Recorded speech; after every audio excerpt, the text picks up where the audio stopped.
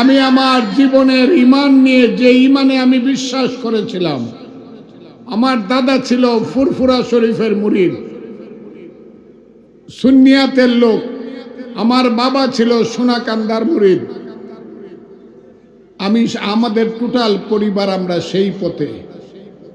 আমি আপনাদেরকে আহ্বান করব, জনাব গিয়াসউদ্দিন তাহিরি সাহেব, যিনি আমার সবচেয়ে প্রিয় ব্যক্তি, এখন সবচেয়ে প্রিয় ব্যক্তি। আমি বললাম, ওনার ওয়াজ শুনলে আমি কান পেতে থাকি।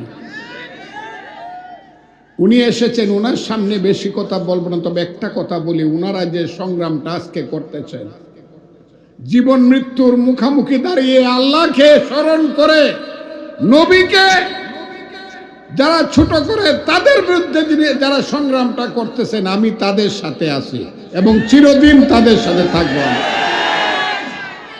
চিরদিন তাদের সাথে থাকবো। আমি একদিন রাজনীতি ছেড়েও দিতে পারি, আমার বয়স হলে আমি একদিন রাজনীতি ছেড়ে দিব, কিন্তু আমি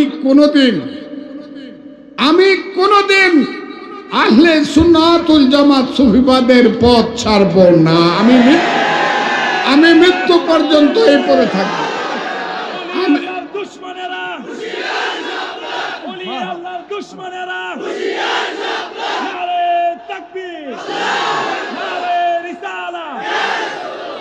এই ওয়াদা আমি করে গেলাম আজকের এই বাঙ্গালপাড়ার মাঠে।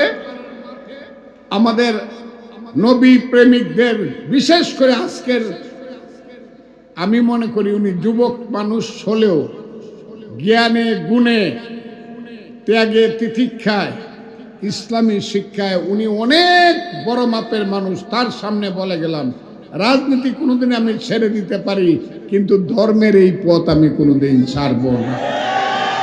নিজেকে গৌরবান্বিত এবং অনেক ধন্য মনে করছি।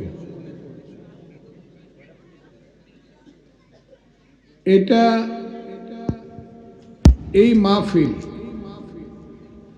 আমি তার উপযুক্ত না। আমাকে আপনারা অতিথি করেছেন, আমি এখানে এসেছি মনের খায়েশে। কারণ বাংলাদেশে এখন ধর্মের নামে মুনাফেক এবং ওয়াহাবিদের যে চক্রান্ত চলছে, সেই চক্রান্তের বিরুদ্ধে প্রধান যে ব্যক্তি, আমার অত্যন্ত শ্রদ্ধেয়, যিনি আজকের না শুধু বাংলাদেশকে যিনি আমার নবীর পথে পরিচালনা করছেন, এখন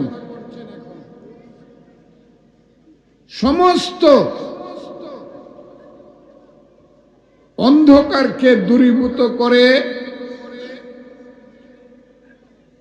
যিনি এই দেশকে আলোর পথে নিয়ে যাচ্ছেন, ধর্মের পথে নিয়ে যাচ্ছেন, এবং একমাত্র বলিষ্ঠ কণ্ঠে যিনি ওয়াহাবিদেরকে প্রতিহত করছেন, সেই মানুষটিকে দেখার জন্য, উনার সান্নিধ্য পাওয়ার জন্য, সেই মহান ব্যক্তির সান্নিধ্য পাওয়ার জন্য কিন্তু আমি এখানে এসেছি। উনার নাম পীরে কামেল মুফতি মাওলানা গিয়াসউদ্দিন আহমদ তাহিরি।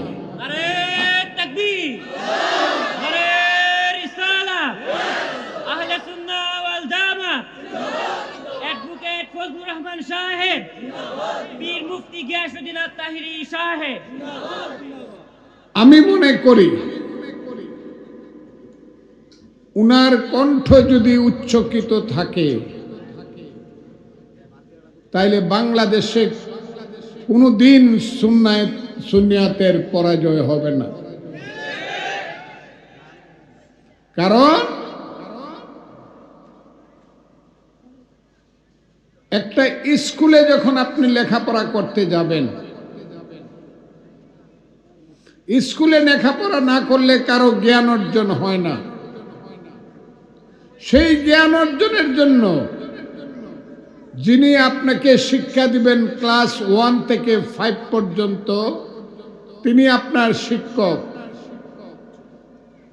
শিক্ষক না থাকলে যেমন ছাত্র হয় না, শিক্ষকের জ্ঞান গ্রহণ না করলে যেমন করে ভালো ছাত্র হয় না, মুর্শিদের জ্ঞান ছাড়া আল্লাহকে পাওয়া যায় না, নবীকে পাওয়া যায়। ক্লাস করতে হবে, শিক্ষক লাগবে, খুব ক্লিয়ার। এই যে শরীয়ত, তরিকত, মারফত, হাকিকত না দেখে বিশ্বাস করার যে ঈমান, সেই ঈমানকে যদি জীবিত রাখতে হয় এবং আরো শক্তিশালী করতে হয়,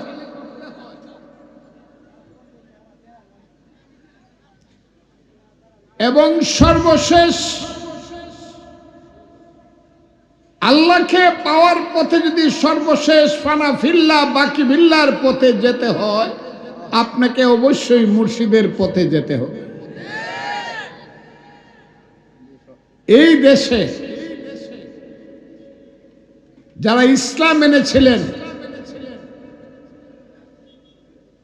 তারা কিন্তু এসেছিলেন মধ্যপ্রাচ্য, বাগদাদ থেকে। বাগদাদ তখন আলোকিত করেছিল সারা পৃথিবীকে।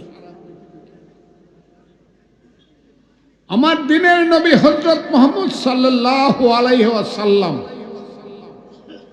যার নাম শুনলেই আমার শরীর শিহরিত হয়। কারণ where there is no Muhammad, there is no Islam। যারা ইসলামকে বলে, মুহাম্মদকে যারা বলে, মুহাম্মদ, হযরত মুহাম্মদ আমাদের বড় ভাই, আমি তাদেরকে বলি, আমি প্রথম মৌলানা সাহেবরা বাদে, আমার হুজুররা বাদে আমি প্রথম কণ্ঠ উত্থাপন করেছি বাংলাদেশে। না, এই দেশে সুফিবাদকে ধ্বংস করা যাবে না, কারণ এই দেশে সুফিবাদ সুন্নিয়াত এসেছে 1100 শতাব্দীতে, 1200 শতাব্দীতে। কাদের মাধ্যমে?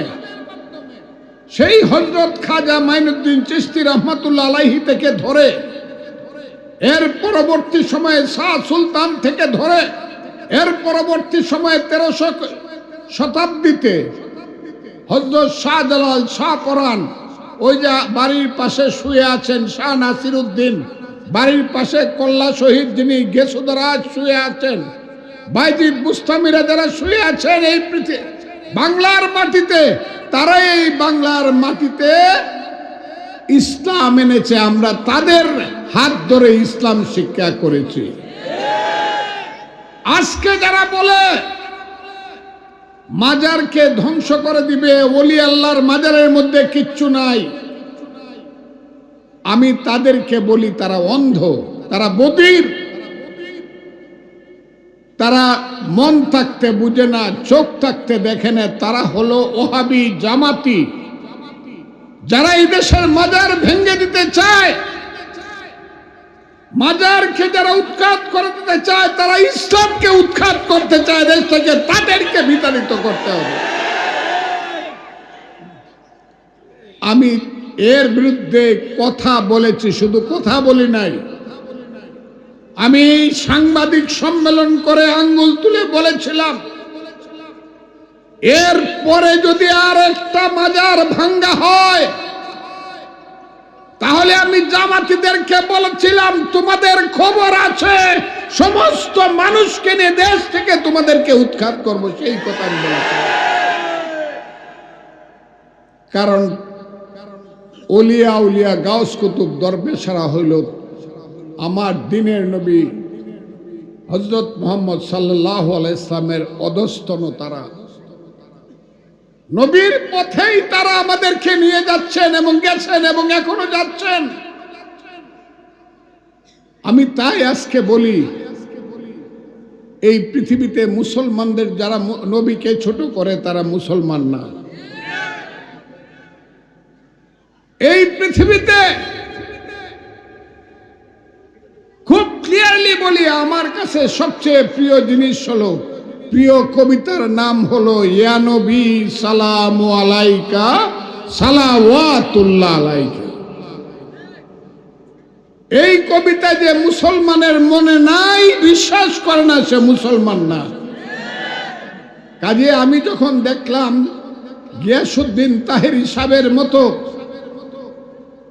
এইসব ইমানদার লোকেরা আজকে জীবনের ঝুঁকি নিয়ে এইসব আদা কাফেরদের বিরুদ্ধে যুদ্ধ শুরু করেছে, আমি আমার জীবনের ঈমান নিয়ে, যে ঈমানে আমি বিশ্বাস করেছিলাম, আমার দাদা ছিল ফুরফুরা শরীফের মুরিদ, সুন্নিয়াতের লোক, আমার বাবা ছিল সোনাকান্দার মুরিদ,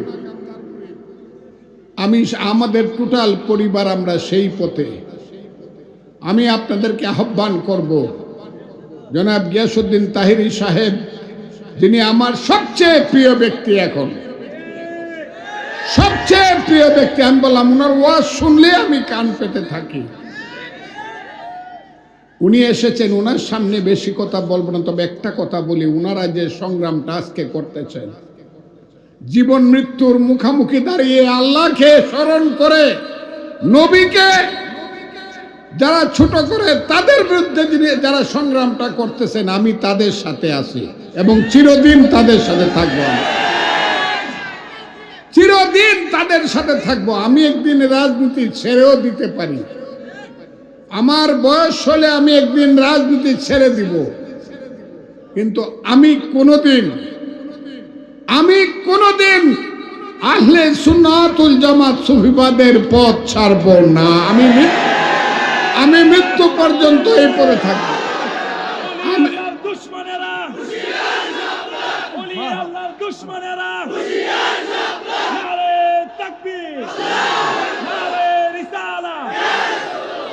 এই ওয়াদা আমি করে গেলাম আজকের এই বাঙ্গালপাড়ার মাঠে। আমাদের নবী প্রেমিকদের, বিশেষ করে আজকের, আমি মনে করি উনি যুবক মানুষ হলেও জ্ঞানে গুণে ত্যাগে তিতিক্ষায় ইসলামী শিক্ষায় উনি অনেক বড় মাপের মানুষ। তার সামনে বলে গেলাম, রাজনীতি কোনোদিন আমি ছেড়ে দিতে পারি, কিন্তু ধর্মের এই পথ আমি কোনোদিন ছাড়ব না। আমি আপনাদের সাথে আছি। আসসালামু আলাইকুম ওয়া রাহমাতুল্লাহি ওয়া বারাকাতুহু। আপনারা সবাই সুখে থাকুন। আমি আবার তাহেরী সাহেব সহ তার সাথীদেরকে সালাম জানাইলাম। আসসালামু আলাইকুম ওয়া রাহমাতুল্লাহি ওয়া বারাকাতুহু।